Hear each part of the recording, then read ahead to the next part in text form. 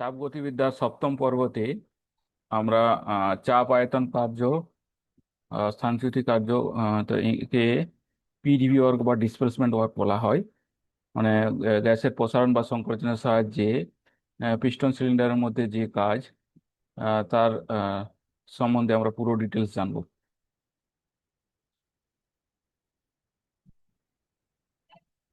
তো মনে করি একটা সিলিন্ডার, পিস্টন সিলিন্ডার, যার পিস্টনের আহ, ক্ষেত্রফল হলো স্মল এ, এবং এর পিস্টনে ক্ষুদ্রতম দূরত্ব একে সরানো হলো, মানে এখান থেকে সরানো হলো, যার সরণ হলো ডিএল। তোকে আমরা চিত্রের সাহায্যে করে দেখাবো। এবং যদি মনে করি যে একটা সিলিন্ডার, তো এর মধ্যে পিস্টন এ আছে। তো এই পিস্টনটা যদি আমরা অ্যাকচুয়াল 3D ভিউ দেখি,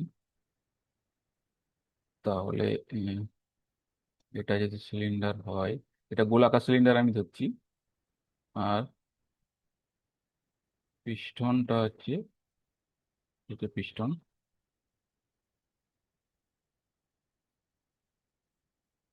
এরকম হবে। তো এটা হলো পিস্টনের ক্ষেত্রফল। আমি এক্ষেত্রে গোলাকার ধরছি, এটা কোনো আয়তকার ক্ষেত্র বা অন্যান্য শেপও হতে পারে। তো এর ক্ষেত্রফল হচ্ছে, আমি ধরছি এই, এটা হলো প্রাথমিক অবস্থান, এর 1 নম্বর পজিশন। তো এখান থেকে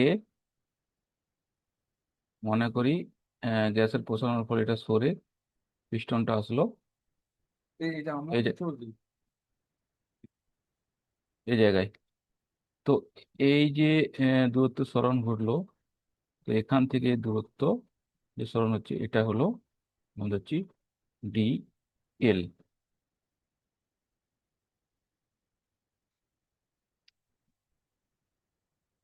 ডিএল যদি এখানের যদি এই পিস্টনের উপর প্রেসার পি হয়, তাহলে এর উপর প্রযুক্ত বল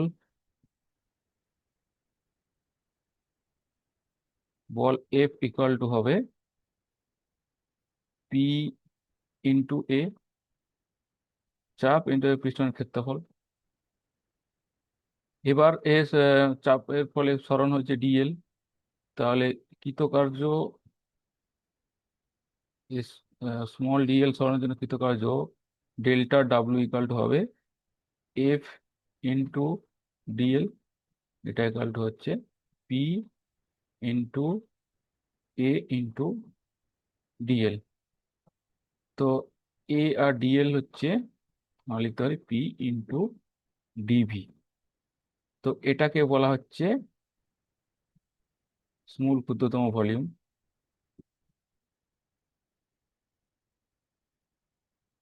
আয়তন। একে ডিসপ্লেসমেন্ট ভলিউম বলা হয়।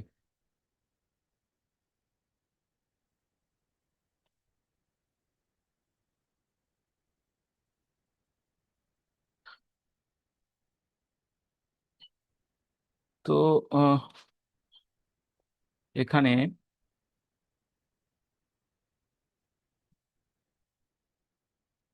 তো প্রাথমিক পজিশন ছিল এটা, এখানে 1 নম্বর, তারপর 2 নম্বর আসলো এখানে। তাহলে যদি আমরা বলি মোট কাজ, মোট কৃতকার্য ডাব্লু ইকাল টু হবে integration of V1 V2 P dV. তো এটা হলো যে পিডিবি ওয়ার্ক, এর হচ্ছে জেনারেল ইকুয়েশন, সাধারণ ইকুয়েশন। এরপর আমরা বিভিন্ন প্রক্রিয়ার ক্ষেত্রে বিভিন্ন সমীকরণ জানবো কি হবে।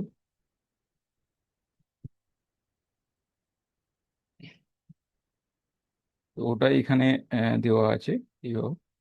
তো পিস্টনের উপর কি আসলে বল এফ এ, পিস্টনের গতিকাল DW, সঞ্চুটিজনিত ক্ষুদ্র আয়তনের পরিবর্তন DV।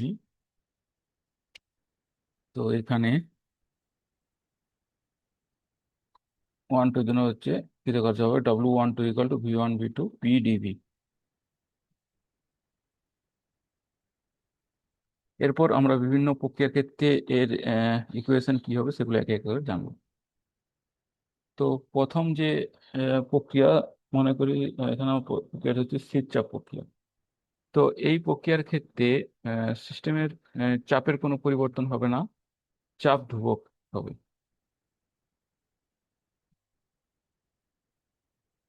তো চাপ ধ্রুবক হলে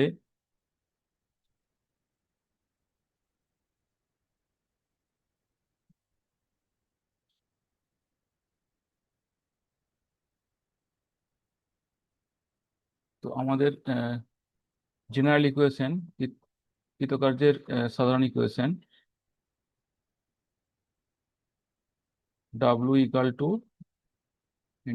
V1/V2 P dV। তো স্থির চাপ প্রক্রিয়ার ক্ষেত্রে P = ধ্রুবক। তো এক্ষেত্রে আমাদের কৃতকার্য দাঁড়াবে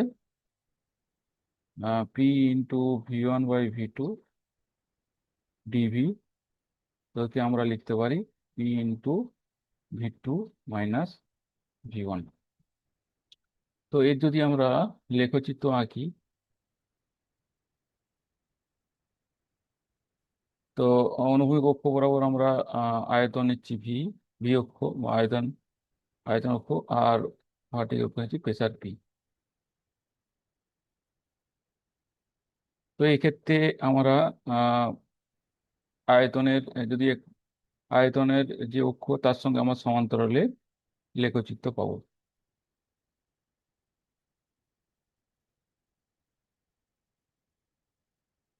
তো এটা হলো V1, এটা হলো V2। তো এই এরিয়াটাই হবে এই কৃতকার্য। তো স্থিরচাপের ক্ষেত্রে আমরা ফর্মুলা হচ্ছে W = P V2 - V1।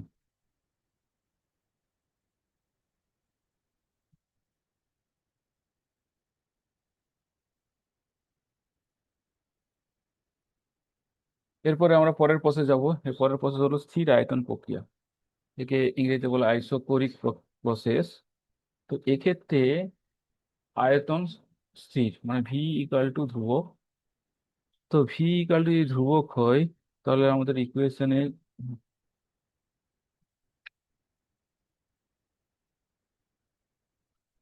Work done = 0 হবে।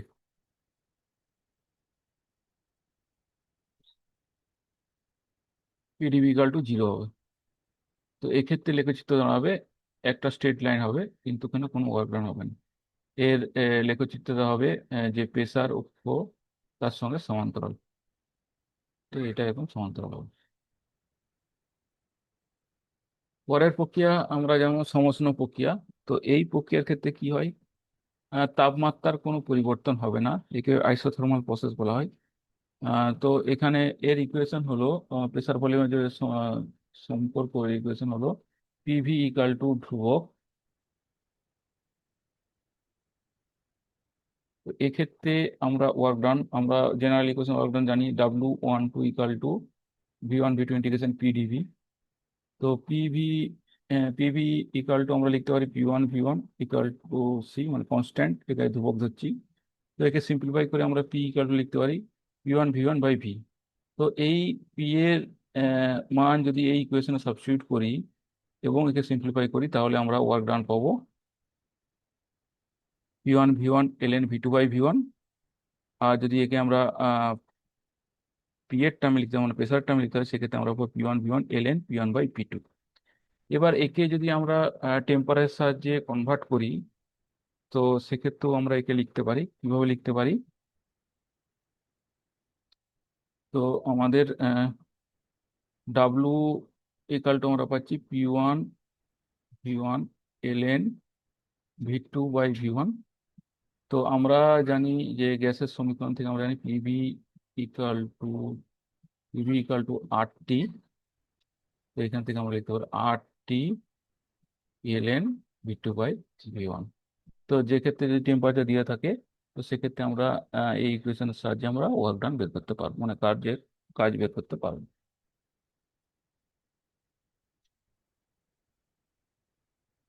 তো এক্ষেত্রে লেখচিত্র হবে প্যারাবোলিক, মানে অধিবৃত্ত আকার হবে, এইভাবে আসবে।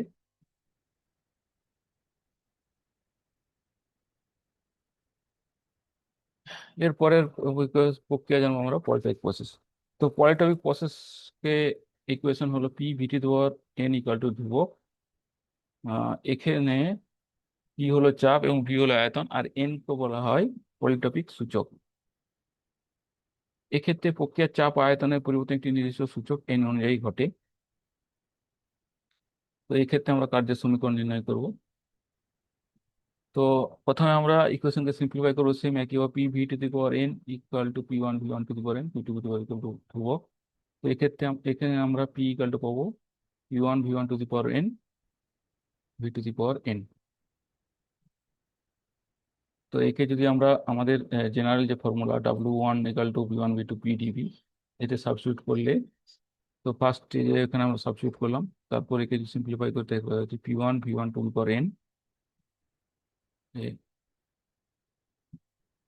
ইন্টিগ্রেশন করার পর আমরা পাবো P one V one to the power N one minus N V two one minus N minus V one one minus N. তো একে আমরা সিম্পলিফাই করলে আমরা জেনারেল ইকুয়েশন পাবো।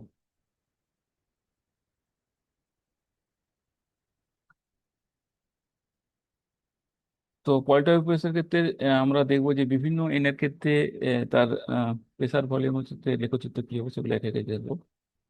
তো প্রথম ক্ষেত্রে যদি এন ইকাল টু জিরো হয়, তো সেক্ষেত্রে আমাদের কি হবে, লেখচিত্রটা যে আয়তন অক্ষ তার সঙ্গে সমান্তরাল হবে, এটাই হবে। এবার এন ইকাল টু এন মানে সমসাময়িক প্রক্রিয়া, তো সেক্ষেত্রে গ্রাফ হবে যে এন ইকাল টু টু হলে গ্রাফ হবে এন ইকাল টু থ্রি হবে।